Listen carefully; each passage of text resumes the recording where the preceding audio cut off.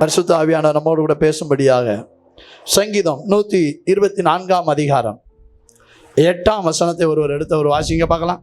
நம்முடைய சகாயம் வானத்தையும் பூமியையும் உண்டாக்கின கர்த்தருடைய நாமத்தில் உள்ளது. ஒரு அல்லேலூயா சொல்லுவோமா?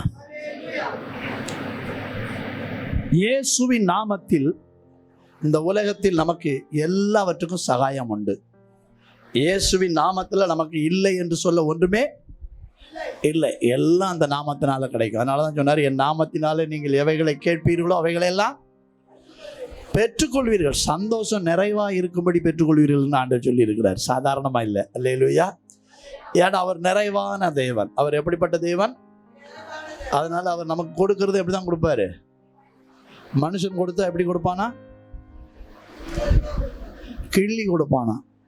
தேவன் கொடுத்தா எப்படி கொடுப்பாரா? அள்ளி அள்ளி. அல்லேலூயா சொல்லுவோமா? அதனால நம்ம வாழ்க்கையில் என்ன வராது? சகாயம் இல்லை என்ற நிலை வரவே வராது. ஒரு அல்லேலூயா சொல்லுவோமா? ஏசாயா 41 அதிகாரம் 10 வசனத்தை வாசிங்க பார்க்கலாம் சீக்கிரம். நான் சகாயம் பண்ணுவேன், என் நீதியின் வலது கரத்தினால் உன்னை. ஒரு அல்லேலூயா சொல்லுவோமா? நீங்க எதை குறித்து கவலைப்படவே கூடாது. எதை குறித்து என்ன செய்யக்கூடாது? கவலைப்படக்கூடாது. ஏன்? சகாயம் பண்றவர் கூட இருக்கிறார். அல்லேலூயா சொல்லுங்களேன். எதற்கும் அவர்கிட்ட என்ன இருக்கு? சகாயம் இருக்கு. டாக்டர் சொல்லுவாங்க, இதுக்கு என்ன கிடையாது? சகாயம் இல்லை. இதுக்கு என்ன இல்லை? சகாயம் இல்லை அப்படின்னு சொல்லுவாங்க. ஆனால் கர்த்தரிடத்துல சகாயம் உண்டு. ஆண்டவர் சொல்ற, நான் சகாயம் செய்து என் நீதியின் வலது கரத்தினால் உன்னை தாங்குவேன்.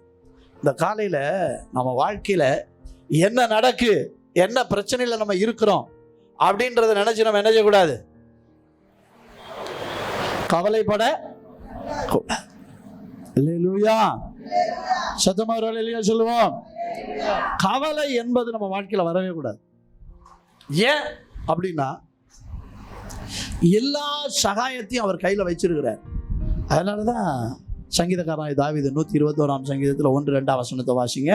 எனக்கு ஒத்தாசை வரும் பர்வதங்களுக்கு நேராக என் கண்களை ஏறெடுக்கிறேன். வானத்தையும் பூமியையும் உண்டாக்கின கர்த்தரிடத்தில் இருந்து எனக்கு ஒத்தாசை வரும். ஒத்தாசை வரும் வரும் வரும் கண்டிப்பா வரும். ஆமேன்னு சொல்லுவோமா? உங்களுக்கு எனக்கு என்ன தேவை அப்படின்னா, கர்த்தர் எனக்கு நிச்சயமான ஒத்தாசையை தருவார் அப்படின்ற என்ன தேவைன்னா ஒரு உறுதி தேவை. ஒரு அல்லேலூயா சொல்லுவோமா? இதுக்கு என்னன்னா, ஆண்டுடைய பிள்ளைகளுடைய வாழ்க்கையில ஒரு பிரச்சனைக்குள்ள மாட்டின உடனே என்ன நினைக்கிறாங்கன்னா, வாழ்க்கையில நம்ம அவ்வளவுதான் அப்படின்னு ஆண்டுடைய பிள்ளைகள் நினைக்கிறாங்க. அப்படி நினைக்கவே கூடாது. ஒரு அல்லேலூயா சொல்லுவோமா? சத்தமா ஒரு அல்லேலூயா சொல்லுவோமா? சத்தமா ஒரு அல்லேலூயா சொல்லுவோம். கர்த்தர் உங்களை கொண்டு இந்த உலகத்தில் அவர் செய்ய வேண்டும் என்று தீர்மானித்த ஒவ்வொன்றையும் அவர் நிறைவேற்றி முடிக்கிற வரையிலும் உங்கள் தலையில் இருக்கிற முடி கூட கீழே விடாது. ஆண்டவர் சொல்லி இருக்கிறார். அதனால நீங்க என்ன செய்யக்கூடாதுன்னா, பயப்படக்கூடாது. எதை கண்டு என்ன செய்யக்கூடாது? என்ன செய்யக்கூடாது? மனுஷனுக்கு எந்த பிரச்சனை வந்தாலும் முதல்ல வர்றது என்னது? பயம். அதனாலதான் ஆண்டவர் சொல்றார், பயப்படாதே, நான் உனக்கு துணை நிற்கிறேன், திகையாதே, நான் உன் தேவன், நான் உன்னை பலப்படுத்தி உனக்கு நான் சகாயம் செய்வேன், என் நீதியின் வலதுகரமும் கூட இருக்குது, நான் அதை வச்சு உன்னை தாங்குவேன். ஆமேன்னு சொல்லுவோமா? இந்த உலகத்துல நீங்க கடைசி நாள் வரையிலும் எங்க இருந்தும் ஒத்தாசி எதிர்பார்க்க கூடாது, அவர்கிட்ட தான் எதிர்பார்க்கணும். அல்லேலூயா சொல்லுங்க பார்க்கலாம். அதனாலதான் பைபிள் வசனம் சொல்லி, கிழக்கிலும் மேற்கிலும் இருந்து நமக்கு என்ன வராது? ஜெயம் வராது. ஜெயம் எங்க இருந்து வரும்? கர்த்தர் இடத்துல இருந்து நமக்கு ஜெயம் வரும். அதனால தான் வசனம் சொல்லுது, குதிரை இத்தனை நாளுக்கு ஆயத்தமாக்கப்படும். அல்லேலூயா சொல்லுவோமா? சரி, ஒரு குறிப்பிட்ட சம்பவத்திலிருந்து நாம் வேகமாக ஒரு சில வார்த்தைகளை நாம் தியானித்து நாம் ஜெபிக்க போகிறோம். உங்களுடைய சகாயம் பெறும் வாழ்வை நீங்கள் என்ன செய்து கொள்ள வேண்டும்? உறுதிப்படுத்திக் கொள்ள வேண்டும். சகாயம் பெறும் வாழ்வை என்ன செய்து கொள்ள வேண்டும்? ஒரு சம்பவத்தை மாத்திரம் நாம் பார்த்து நாம் ஜெபிக்க போகிறோம். மார்க் 10ஆம் அதிகாரத்தில் 40 52 வரை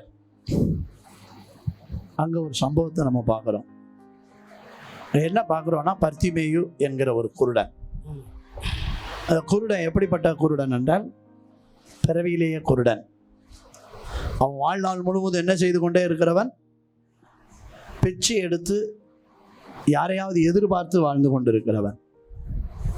அவன் இயேசுவை பற்றி அறிந்த உடனே அவன் வாழ்க்கையில ஒரு திருப்பம் அவன் இதயத்துல வருது. என்ன அப்படின்னா, இனி நான் மனுஷன்கிட்ட இருந்து சகாயத்தை எதிர்பார்க்க மாட்டேன், அவர் எனக்கு சகாயம் செய்யணும்.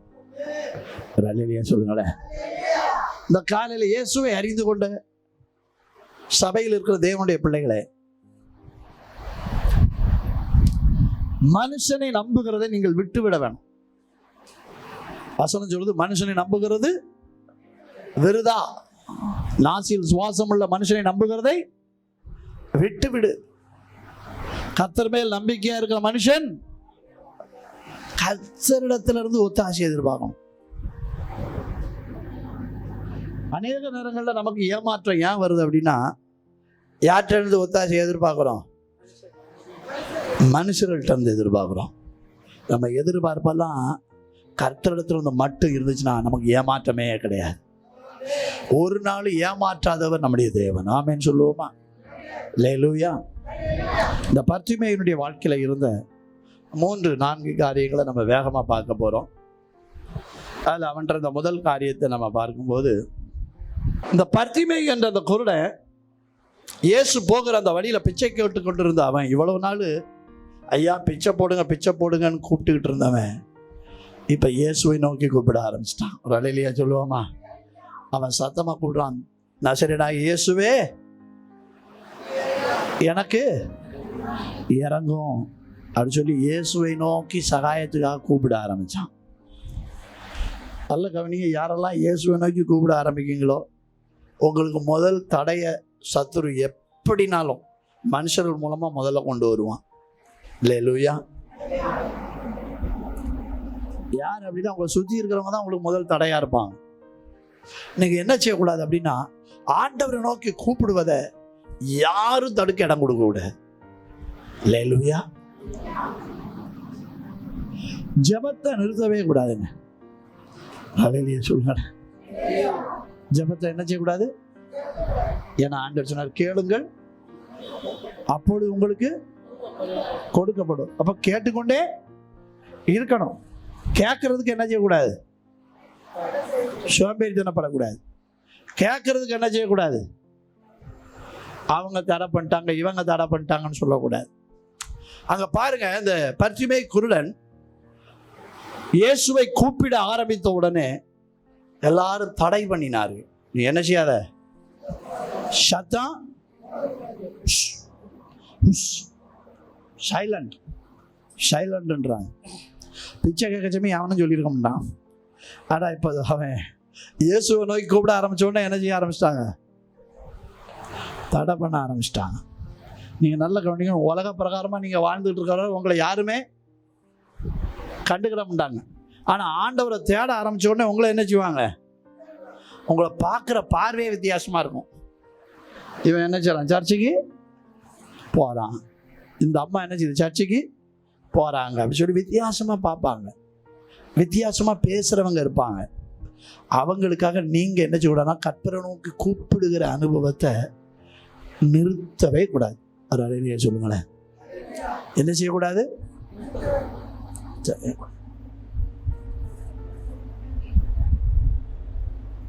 பிரச்சனை வரும், பிரச்சனைகளை கண்டு சோர்ந்து போயிடக்கூடாது. இயேசுவோடு கூட இருந்த சீஷர்கள் கப்பல் பிரயாணத்துல அவர்கள் புறப்பட்டு போகும்போது கடும் காற்று புயல் என்ன செஞ்சு அந்த கப்பல்ல வந்து மோதிச்சு. உடனே அவங்க எல்லாம் என்ன செஞ்சாங்க? ஐயரே, அங்க தூங்கிட்டு இருந்தார் பாருங்க. அப்போ கப்பல்ல தூங்கிட்டு இருந்தார்ல, அப்போ என்ன சொல்றாங்க? ஐயரே நாங்கள் மடிந்து போகிறோம். உமக்கு அதை பற்றி என்ன வார்த்தை பாருங்க. இன்னைக்கு நிறைய பேர் ஏசப்பா பார்த்து என்னதான் சொல்லிட்டு இருக்காங்க, ஆண்டவரே நான் படுற கஷ்டத்தை பார்த்து உமக்கு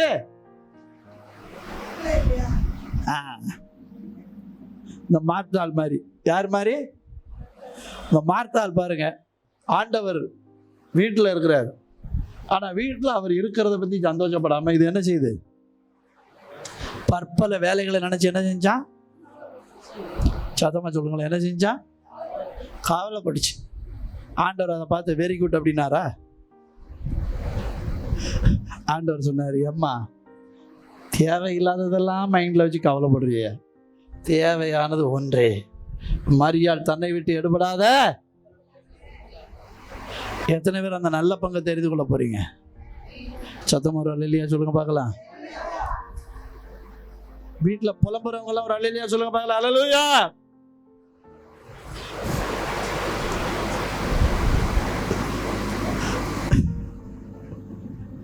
ஜெபிக்கிறவரெல்லாம் ஒரு அல்லேலூயா சொல்லுங்க பார்க்கலாம். பரவாயில்ல. அல்லேலூயா. நீங்க ஜெபிக்கும் போது என்ன வரும்? தம்பி என்கிட்ட அடிக்கடி சொல்லுவாங்க, பாஸ்டர் நான் ஜெபம் பண்ண ஆரம்பிச்சோன்னா என்னவே வருது, பிரச்சனையே வருது. அப்ப நீ ஜெபம் பண்ண மாட்டேங்கிறன்னு அர்த்தம். அல்லேலூயா. சத்தமா அல்லேலூயா சொல்லுங்க. ஜெபம் பண்ணி பிரச்சனை வருதுன்னா நீங்க வெற்றி பெற போகிறீர்கள். தானியேல் தினமும் 3 வேளை தவறாம ஜெபம் பண்ணாரு. என்ன பண்ணாரு? ஜெபம் பண்ணாரு. அவருக்கு பிரச்சனை வந்துச்சா வரலையா? நாட்டுக்கு சட்டமே அதுக்காக ஏற்றினானுங்க பாருங்க. அப்ப நம்ம ஆண்டவரை நோக்கி கூப்பிட்டா நமக்கு என்ன வரும்? அதனால என்ன செஞ்சிடணும்? முதல்ல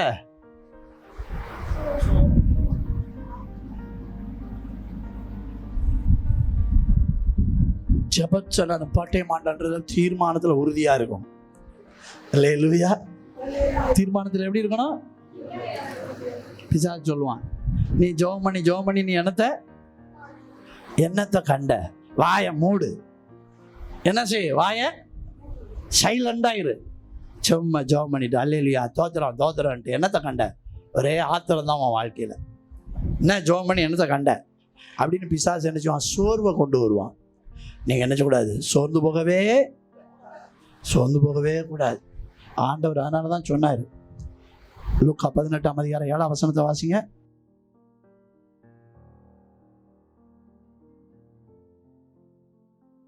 நம்ம ஆண்டவர் நம்ம பண்ற ஒரு ஜெபத்தை விட வீணா விட உண்டார். சொல்லுங்களேன். இந்த நம்ம வீட்டில் ஜெபிக்கிற ஜெபமா இருந்தாலும் சரி, நம்ம தனிப்பட்ட விதத்தில் எங்க இருந்து ஜெபிக்கிற ஜெபமா இருந்தாலும் சரி, அந்த ஜெபத்துக்கு எல்லாம் என்ன உண்டுங்க? பதில் உண்டு. ஏன்னா நம்ம ஆண்டவர் யாரு? ஜெபத்தை கேட்கிறவர். அதனால நீங்க என்ன செய்யக்கூடாது? ஜெபம் பண்றதுக்கு சோர்ந்து போகவே கூடாது. தம்மை நோக்கி கூப்பிடுறவருடைய விஷயத்தில் நீடிய பொறுமை உள்ளவராக இருந்து நியாயம் செய்யாமல் இருப்பாரோ அப்படின்னு சொல்லி இருக்குது. அதனால நீங்க என்ன செய்யணும்னா, உற்சாகமா ராத்திரியும் பகலும் ஜெபம் பண்ணி கொண்டே இருக்கணும். ஆமென். நீங்க யாரா மாறணும்? ஜெப வீரராய் மாறணும். ஆமென் சொல்லுங்களேன். நீங்களும் நானும் யாரா மாறணும்? ஜெபிக்கிறவர்களாய் மாற வேண்டும் முதலாவது. ஆமென். இரண்டாவது, அவன் செய்த காரியத்தை நாம் பார்க்கும்போது மத்தேயு 10:49 வசனத்தை வாசிங்க.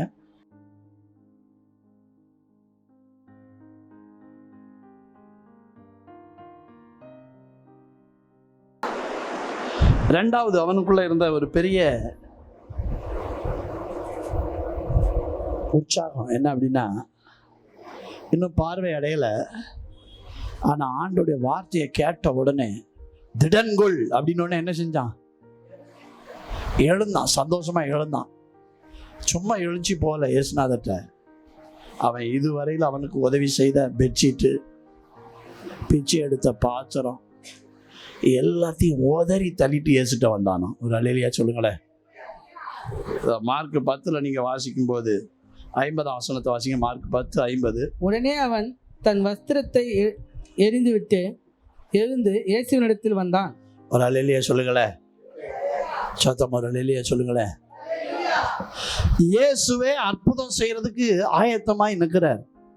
இயேசு கூப்பிட்ட உடனே அந்த பரிச்சை குருட என்ன செய்யறாருன்னா, பெட்ஷீட்டை வச்சுக்கிட்டு, ஒருவேளை ஆண்டவர் உதவி செய்யலடா என்ன செய்யலாம், மறுபடியும் பெட்ஷீட்டை வச்சு மூடிக்கிறலாம், மறுபடியும் அந்த பாத்திரத்தை வச்சு பிச்சை எடுக்கலான்னு கையில் கொண்டு போகல, அதெல்லாம் தூக்கிவோம். இயேசு கூப்பிட்ட உடனே இனிமே என் வாழ்க்கையில் முடிவு வந்துருச்சு, இனிமே ஒரு புதிய துவக்கம், அதனால் இனிமேல் நான் பழசை என்ன செய்ய மாட்டேன், என் கையில் கொண்டு போக மாட்டேன். அதான் வசனம் சொல்லுது, ஒருவன் கிறிஸ்துவுக்குள் இருந்தால் புது சிருஷ்டியாக இருக்கிறான், பழையவைகள் எல்லாம் அல்லேலூயா, பழையவைகள் ஒழியணும். பழையவைகள் என்ன செய்யணும்? இன்னைக்கு நிறைய நம்ம வாழ்க்கையில் என்ன செய்யணும், பழசெல்லாம் பொட்டலம் கட்டி அப்படியே வச்சிருக்கிறது. பொதுவாக பார்த்தீங்க அப்படின்னா வெளிநாடுகளெல்லாம் தேவையில்லாத பொருளை என்ன செஞ்சிருவாங்க, நம்ம வீடுகளில் பர்னையில் இருக்கும் பாதுகாப்பாக. பர்னையில் எதுக்கு இருக்கும்? இருக்கிற குப்பையெல்லாம் வீட்டில் சேர்த்து வைக்கிறதுக்கு. தேவைப்படும் வச்சுருப்போம். கடைசியில் அது சாகிற வரை என்ன செய்யாது,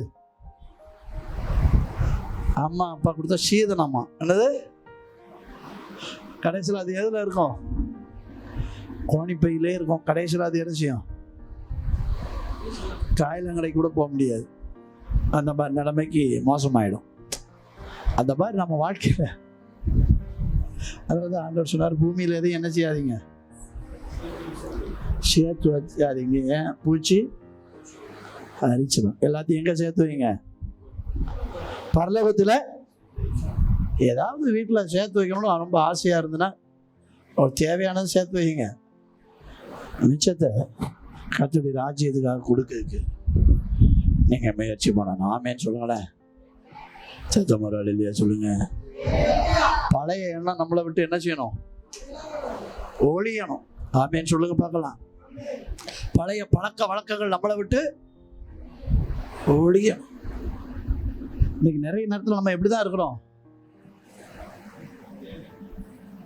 பழைய மனுஷனையே தரிச்சுக்கிட்டு அப்படியே இருக்கணும். எபேசியரில் வாங்க, எபேசியரில் ஒரே ஒரு வசனத்தை நம்ம வாசிச்சு, எபேசியர் 4ஆம் அதிகாரம் 22 24 வரை ஒருத்தர் வாசிங்க பக்கம். அந்தபடி முந்தின நடக்கைக்குரிய மோசம் போக்கும் இச்சைகளாலே கெட்டுப்போகிற பழைய மனுஷனை நீங்கள் கலைத்துவிட்டு உங்கள் உள்ளத்திலே புதிதான ஆவியுள்ளவர்களாகி மெய்யான நீதியிலும் பரிசுத்தத்திலும் தேவனுடைய சாயலாக சிருஷ்டிக்கப்பட்ட புதிய மனுஷனை தரித்து கொள்ளுங்கள். புதிய மனுஷனை என்ன செய்து கொள்ளுங்கள், தரித்து கொள்ள வேண்டும். பழைய மனுஷனை என்ன செய்யுங்க, என்ன செய்யுங்க, கலைந்து போடுங்கள். எல்லாம் சொல்லுங்கள், என்ன செய்யுங்க, சட்டை கழட்டுற மாதிரி கழட்டிடணும். பழைய மனுஷன் என்ன செஞ்சிடணும், தூக்கி எறிந்து போகணும். ஆமேன்னு சொல்லுங்களேன். பழசு பழசு தான், புதுசு புதுசு தான். அதனால தான் ஆண்டவர் சொன்னார், பழைய திராட்சை ரசத்தை என்ன செய்ய முடியாது, புது திருத்தியில் வார்த்து வைக்க முடியாது. புது ரசத்தை புது துருத்தியில் வார்த்து வைப்பார்கள். பழைய துருத்தியில் பழைய திராட்சை ரசத்தை வார்த்து வைப்பார்களாம். பழசில் புதுசாக வார்த்து வச்சா அது துருத்தியை கிழித்து போடும் என்று வேதம் சொல்லுது. நிறைய நேரத்தில் நம்ம பழைய சுபாவங்களோடு இருக்கிறதுனால புதிய தேவனுடைய வழி நடத்துவதற்கு நம்மளால் என்ன செய்ய முடியல, விட்டு கொடுக்க முடியல. பழைய சுபாவம், பழைய பேச்சு, பழைய அவிசுவாசமான எண்ணங்கள், தைரியப்படுத்துகிற காரியங்கள், இதெல்லாம் நம்ம என்ன செய்யணும் சொல்லுங்க, உதறி. இது யார் செய்யணும், பர்த்திமை தான் செய்யணும். பர்த்திமை தான் உதறி தள்ளிட்டு வரான், நம்ம தான் செய்யணும். ஆமேன்னு சொல்லுவோமா? இயேசுவை பார்க்க வந்த பர்த்திமேயோ தண்ணியில் இருந்த பழைய காரியங்களை உதறி தள்ளிவிட்டு வந்தது போல நாமும் நம்மிடத்தில் இருக்க பழைய சுபாவங்களை என்ன செய்யணும், உதறி தள்ளிவிட்டு இயேசுவை முன்வைத்து திவ்ய சுபாவத்தை நாம் தரித்து கொள்ள வேண்டும். ஆமென். அல்லேலூயா.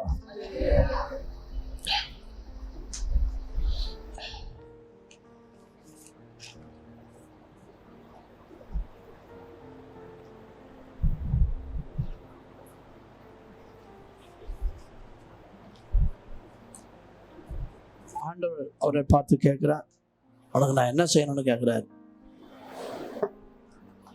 பார்வை அடைய வேண்டும் என்று கேட்கிறார். மூன்றாவது,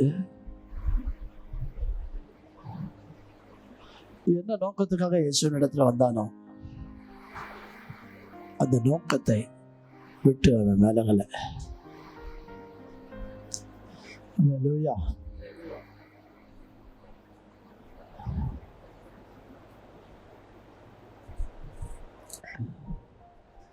ஸ்தோத்திரம்.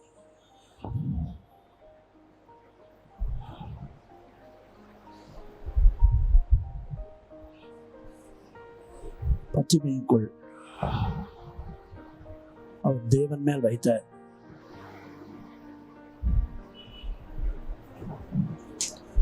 நம்பிக்கையில் உறுதியாயிருந்து பார்வையடைந்து இயேசுவை பின்பற்றுகிறவனாயிருந்தார். நீங்களும் நான் இயேசுவை பின்பற்றுகிறவர்களாக இருக்க கர்த்தர் உதவி செய்வார்கள்.